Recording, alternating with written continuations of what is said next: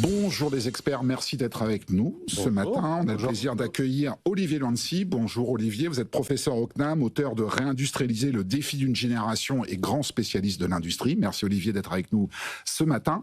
À vos côtés, Olivier Rodoulès, vous êtes directeur des études de Rex et Code. Merci Olivier, deux Olivier. Donc à chaque fois je préciserai le nom de famille pour pas qu'on se mélange les pinceaux. Merci d'être avec nous ce matin. En face de vous, Jean-Victor Semeraro. Bonjour Jean-Victor, vous êtes journaliste à la Tribune et spécialiste évidemment de l'économie. Donc on commence évidemment par cette actualité qu'on vient un petit peu au direct et au fil de l'eau depuis samedi. Au-delà de l'aspect géopolitique, évidemment les regards se tournent dès ce matin sur les conséquences économiques de ce qui se joue au Moyen-Orient. Le cours du pétrole ce matin a augmenté à peu près de 10%, le gaz plus 20%. Est-ce que c'est une situation périlleuse pour l'économie mondiale qui est en train de se jouer au Moyen-Orient? Évidemment, on n'a pas le scénario, tout dépend de ce qui va se passer. Est-ce qu'on va vers un embrasement? Est-ce qu'on va vers une guerre un peu longue de plusieurs semaines? Mais on voit quand même que les choses se crispent et que la tension est très très forte dès lundi, y compris sur les marchés financiers. Olivier Luancy, je vous vois réagir. C'est le sujet d'actualité qui est difficile à traiter. Hein. Ouais. Cette émission s'appelle Les Experts. Pour être un expert, il faut quand même avoir un peu de matière pour analyser. Et là, c'est très très à chaud. Premier point quand même, hein, c'est la guerre. La guerre, c'est atroce. Donc je pense que même si on est dans une émission d'économie, il faut avoir une pensée pour les familles iraniennes. On a tous des amis iraniens qui ont émergé dans l'Ouest et qui ont de la famille sur place. Ça, c'est le premier point.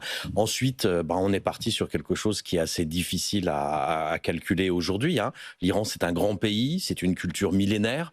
Est-ce qu'un tapis de bombe peut suffire à mettre à genoux, à soumettre un régime qui a peut-être une animation plus religieuse, avec de la religiosité derrière? Enfin, c'est un vrai pari inconnu. Et maintenant, si on en vient à votre sujet, moi, le point clé, je rappelle que les États-Unis sont devenus indépendants en pétrole autosuffisants en pétrole en 2019, en gaz en 2017. Et donc, parmi les grands blocs économiques, États-Unis, Europe, Asie, Chine, disons, c'est le seul qui aujourd'hui, si jamais le détroit d'Ormuz se fermait complètement, a la résilience que vous mentionnez.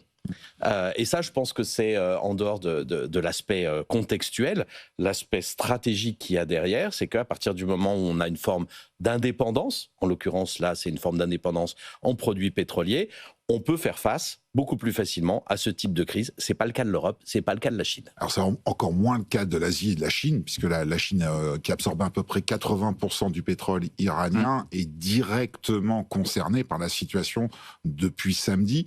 Après, on est sur un marché mondial, hein. Oui. C'est-à-dire ce qui va se passer entre l'Iran et la Chine va avoir des répercussions sur les approvisionnements européens. Hein. Exactement. Olivier Rodoulès, sur cet aspect, au-delà du pétrole et tout ça, parce qu'on voit que aussi les grands armateurs ont commencé à prendre des mesures pour modifier notamment le trajet de leurs navires par le cap de Bonne-Espérance. Est-ce que c'est un scénario sur lequel ça peut déstabiliser, je sais bien qu'on commente à chaud, mais c'est un scénario qui demande de la vigilance aujourd'hui au plan économique? Alors vous l'avez dit en fait, et Olivier l'a dit aussi, pour l'instant en fait on est à un jour, ça peut s'arrêter ce soir, ça peut durer plusieurs mois, voire plusieurs années, donc c'est très compliqué de prévoir quelque chose, on peut faire des hypothèses.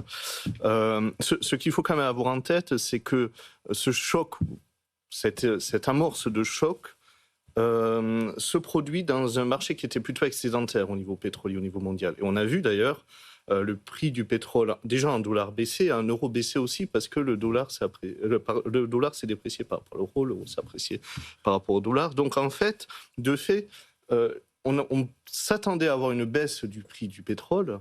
Et aussi, on a eu une baisse du prix du gaz récemment. Alors certes, c'est pas revenu tout à fait au niveau de 2019 pour le prix du gaz européen. On a eu une nette baisse du prix du gaz par rapport au sommet qu'on avait atteint lors de la crise énergétique de 2022-2023. Donc, de fait, en fait, ce choc, il vient ralentir une baisse, en quelque sorte. Mais c'est pas comme si on était déjà à un niveau stable et on avait une franche hausse, voire si on accélérait une sorte de crise de pénurie. Donc, l'impact économique est un peu compliqué à cerner, en fait. On aura peut-être une moindre baisse du prix du pétrole ou juste une stabilisation où on attend une baisse. Donc, ça va pas forcément toucher l'économie. En tout cas, ça va dépendre bien sûr de l'ampleur du choc et de sa durée. Ensuite, ce qu'on a vu ces dernières années, c'est que l'économie mondiale a surpris par sa résilience. Et d'ailleurs, c'est vrai pour l'économie mondiale. La capacité d'absorption, finalement. Absolument, et l'économie française. En fait, on a eu une série de chocs assez violents depuis 2019. On a eu le Covid, on a eu les crises d'approvisionnement, on a eu la guerre en Ukraine, on a eu, à un moment donné, un bateau qui a bloqué pendant plusieurs mois le canal de Suez. En fait, on a eu une succession de crises. On a eu bien sûr les tarifs de Trump l'an dernier. Et au fond, l'économie mondiale a plutôt bien tenu. En fait, l'année des tarifs de Trump, l'an dernier, on a eu un commerce mondial qui a plutôt bien tenu, une économie mondiale qui n'a pas sourcillé. Donc, au fond, il faut se dire que peut-être les chaînes d'approvisionnement, les entreprises elles-mêmes se sont habituées à cette incertitude, ont mieux géré leur chaîne d'approvisionnement et ont une capacité d'absorption des chocs beaucoup plus forte qu'elle pouvait l'être auparavant. Donc, je pense qu'il ne faut pas tomber dans... On n'est plus, au final, on a pris notre tasse et on s'est habitué à ce genre de crise. Après, je voudrais quand même faire une petite touche optimiste. Le pétrole qui augmente, c'est bon pour le climat. En fait, au fond, cette baisse des prix pétroliers de ces derniers mois, dans un contexte d'offres qui est abondante, mais aussi sans doute de baisse de la demande, parce que globalement, tout le monde, sauf quelques grands pays émergents, tous les grands pays font leur transition écologique, en fait, on avait la crainte d'avoir cet effet rebond, c'est-à-dire qu'au bout d'un moment, le pétrole, le gaz deviennent si peu chers qu'on se dit, finalement, c'est pas forcément sur un plan économique justifié de faire la décarbonation, parce que le pétrole, le gaz sont très peu chers. Et là, le fait d'avoir un pétrole ou un gaz plus cher. Certes, c'est pas forcément une bonne nouvelle pour la production économique en tant que telle, mais pour la décarbonation, et qui est quand même notre objectif, notre grand défi de moyen et long terme, c'est plutôt une bonne nouvelle, parce que c'est plus facile à faire passer d'ailleurs une hausse du prix du pétrole aux ménages ou aux entreprises quand c'est un choc exogène qui vient d'Iran, que quand c'est une taxe, on l'a vu avec les Gilets jaunes et d'autres expériences françaises. Au-delà de cette variation et de la question du climat, parce que la question là, elle est évidemment extrêmement géopolitique, Jean-Victor Semeraro, sur cette question, les impacts potentiels. C'est-à-dire que oui, on s'est aperçu ces dernières années, vous le disiez Olivier Rodolès, que l'économie mondiale fait preuve de résilience, d'absorption, un matelas. Pour autant, on a quand même un sentiment qu'il y a une fébrilité naissante et que les indicateurs sont suivis avec attention. Pour redonner un peu les chiffres, en début de l'année, le baril était à peu près à $60. On est à $80 aujourd'hui. Ce matin. La dernière fois qu'on a connu une grande crise en 2022, il était monté à $100. Donc, on va voir comment ça évolue. Est-ce que ça va continuer à grimper? Et juste aussi pour revenir sur le détroit d'Ormuz, c'est quand même 20% de la consommation mondiale. C'est un détroit d'une 50aine de kilomètres avec un passage très important. Il y avait 60 bateaux français sous pavillon français qui étaient bloqués environ ce week-end. Donc c'est quand même un élément important, et du coup c'est quand même une zone très importante. Et même si, et ça effectivement notamment les premiers concernés par la pénalisation de ça, c'est aussi les Iraniens qui vendent leur pétrole aux Chinois. Donc il y a tout ce point-là, et l'OPEP a annoncé ce week-end qu'ils allaient rehausser pour absorber le choc la production de barils à 206 000 barils courant avril. Mais on se demande si ça va suffire en fait finalement à amortir potentiellement la hausse du prix sur les marchés. Alors, dans les risques d'embrasement, parce que c'est ça qui va être vraiment suivi dans les heures et dans les jours qui viennent, il y a une information là, qui est tombée il y a une heure, puisqu'il y a une des plus grandes raffineries d'Arabie Saoudite qui s'est mise à l'arrêt suite à visiblement un tir de drone, parce que c'est une des conséquences potentielles au-delà du détroit d'Ormuz, c'est-à-dire que toute cette zone, et là si on parle de la zone et pas juste du pétrole iranien, là on parle en gros d'1/5 du pétrole mondial, qui est extrêmement fléché par l'Asie. Là les conséquences peuvent être beaucoup plus lourdes, et notamment pour l'industrie chinoise. On sait que le pétrole iranien par exemple sert énormément sur le plastique dans la production chinoise. Sur l'industrie chinoise aujourd'hui, est-ce que les stocks stratégiques en Chine permettent d'absorber ce coût, ou est-ce qu'il va y avoir des conséquences extrêmement rapides au sein de la Chine en industrie? C'est difficile à dire. Par contre, ce qu'on peut dire, c'est que probablement que les Chinois vont aller se fournir en Russie. On a vu... C'est le jeu de domino. Donc. Exactement. Et on voit déjà qu'à la bourse de Moscou, les valeurs des entreprises pétrolières russes ont augmenté plus 5%, plus 4% déjà ce matin. Donc on voit qu'il y a quand même un élément là-dessus et probablement, comme les Chinois se fournissent au Venezuela, par exemple, ils vont se détourner s'ils ne peuvent plus prendre ces 1,2 million de barils par jour qu'ils prennent actuellement, ils vont sans doute les acheter auprès des Russes. C'est un point important. Mais les stocks de sécurité, je veux dire, ils tiendront pas aussi longtemps si le conflit s'éternise. Oui. Enfin, des stocks de sécurité. Aujourd'hui, les stocks sont en quelques dizaines de jours ou des choses comme ça. Hein. Enfin, il ne faut pas qu'on se leurre sur cette capacité d'avoir une résilience sur des stocks de sécurité. Alors, je reviens sur cette question de résilience que vous indiquiez, Olivier Rodoulès. Elle est importante parce que cette résilience, elle a quand même eu un prix. C'est-à-dire qu'il y a eu d'abord des périodes d'inflation, il y a eu des périodes quand même de rupture d'approvisionnement, je pense au secteur automobile ou autre. Puis il y a eu aussi un bouclier tarifaire énergétique qui a coûté très cher, notamment en France. C'est-à-dire que cette résilience, elle a quand même un coût in fine dans l'économie. C'est-à-dire que c'est pas une opération neutre. Non, c'est absolument pas neutre. Si on prend le coût, par exemple, de $10, si on a vu une hausse de $10 du prix du Brent, durable, ça fait 0,3, 0,5% d'inflation, de hausse du niveau de prix. Donc, ce n'est pas une inflation permanente, c'est juste qu'il y a une hausse du niveau des prix et ça fait à peu près une perte de PIB de 0,2 points, à peu près, coût sur les finances publiques. Après, tout dépend. Ça, c'est un peu la mécanique naturelle des choses. C'est ce qu'on disait, modèle. Je cite les ordres de grandeur du modèle mésange du Trésor. Mais de fait, si l'État veut protéger les ménages, veut protéger les économies, parce qu'on est dans une période préélectorale, ça peut coûter beaucoup plus cher. Beaucoup plus cher, ouais. Donc, ça peut chiffrer très. C'est ce qui s'est passé en 2022. 2022, la crise énergétique, elle s'est placée à quelques semaines des élections. Et ça a coûté trop cher, ça a coûté vraiment très cher, pour ça. Ensuite, il y a eu aussi la contrepartie aussi de ces mesures, c'est qu'on a maintenu une inflation relativement basse en France. D'ailleurs, on a à peu près une inflation aujourd'hui en France de 1%. C'est la moitié de l'inflation moyenne de la zone euro.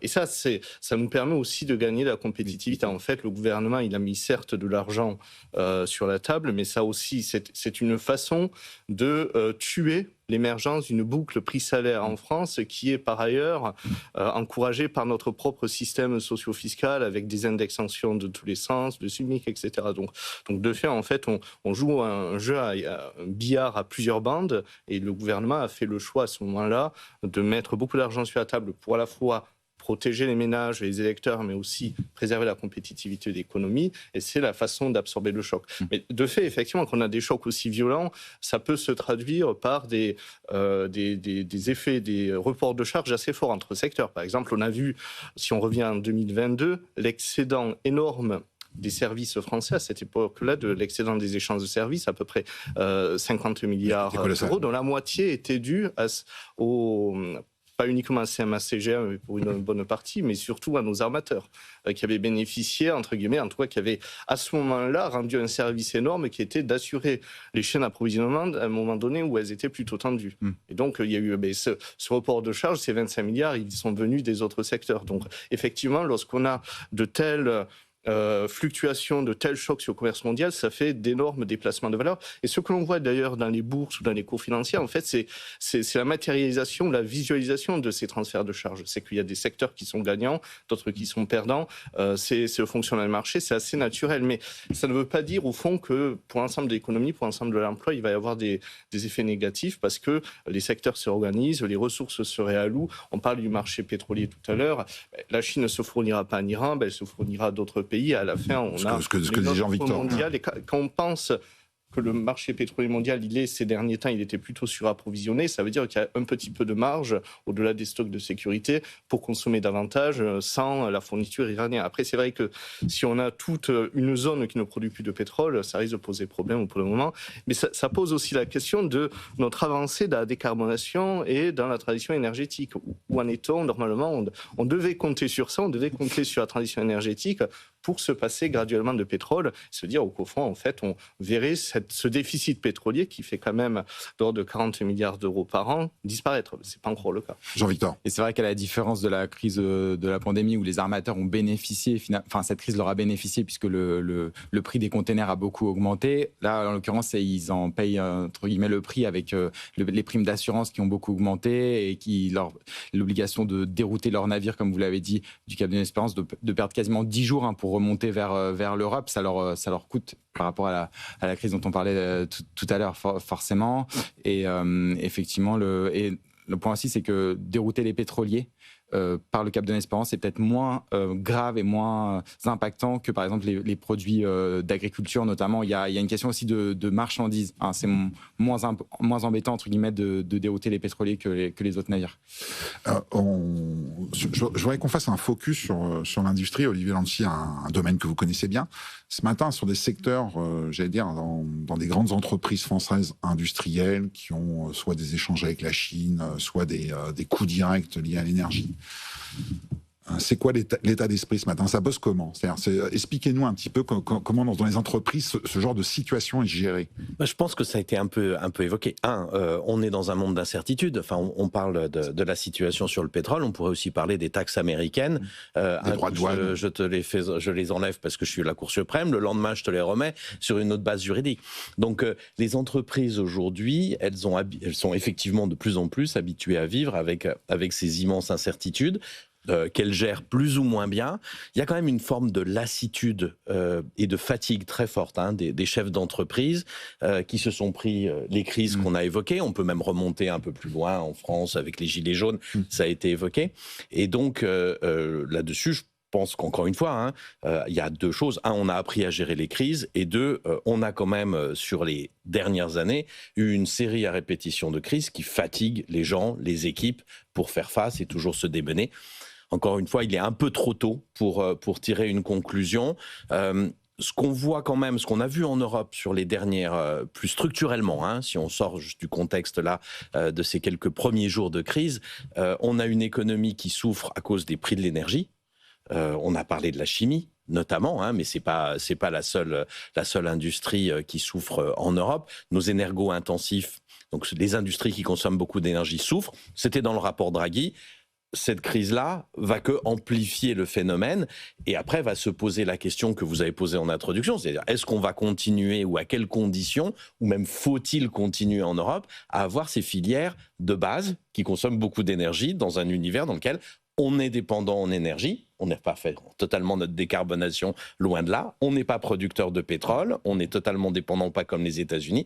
Et donc, ce type de questions structurelles va se poser. La conviction que j'ai, c'est qu'il n'y a pas de souveraineté pour l'Europe ou pour la France si on n'a pas ces industries de base. Et donc, il ne faut pas y renoncer, il faut trouver les conditions dans lesquelles on peut les maintenir sur le territoire français ou européen. On va y revenir tout à l'heure parce que c'est un peu le sujet où l'industrie, on va dire entre l'industrie dite lourde et l'industrie innovante. Une autre conséquence aussi, et là je regarde Olivier Rodoulès, c'est évidemment, là on avait le sentiment, ce début d'année, les chiffres de l'INSEE le disaient un petit peu la semaine dernière, que j'allais dire les ménages se relâchaient un peu, le taux d'épargne baissait et tout ça. Est-ce qu'une séquence comme on la vit là peut être une mauvaise nouvelle sur le front de la conso aussi? Parce que ça fait partie aussi de la résilience. C'est pas que la résilience des entreprises, c'est aussi la résilience du consommateur et sa foi dans l'avenir. Est-ce que là, c'est aussi ce qu'on est en train de vivre depuis samedi? C'est un risque, notamment sur le muscle de la conso qui est important en France. Je pense qu'il y a deux éléments qui sont très différents. Il y a le côté un peu psychologique et anxiogène.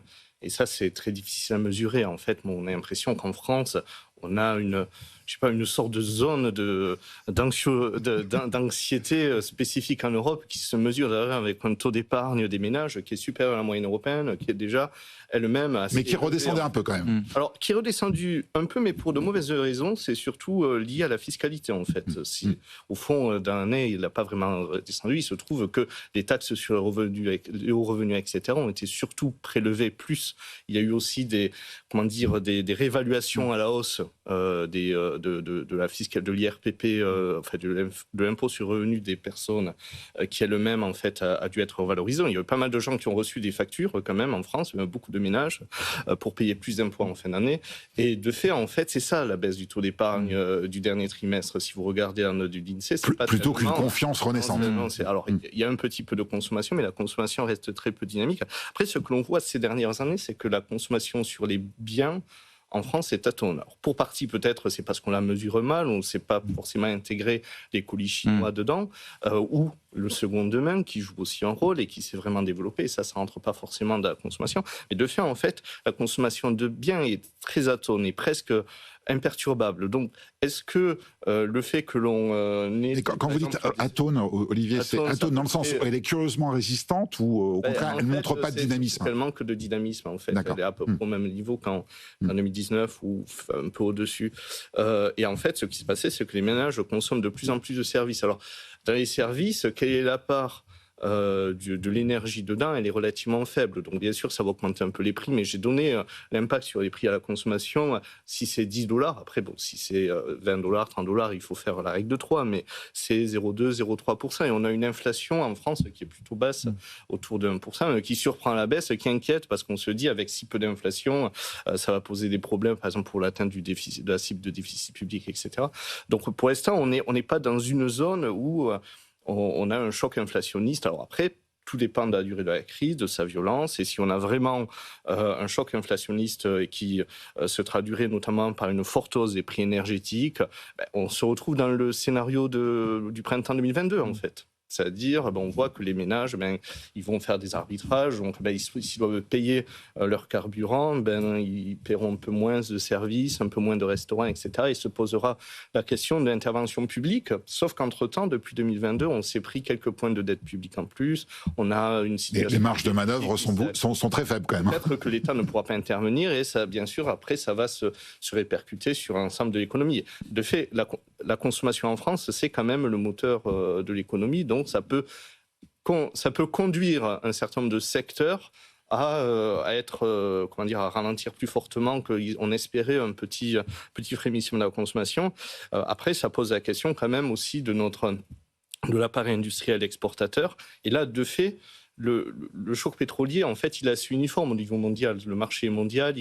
Le choc de gaz, il est moins uniforme. Il est surtout régional. Mais de fait, en fait, on est loti à la même enseigne globalement que les autres. Donc, du coup, on pourrait se dire, on va exporter davantage.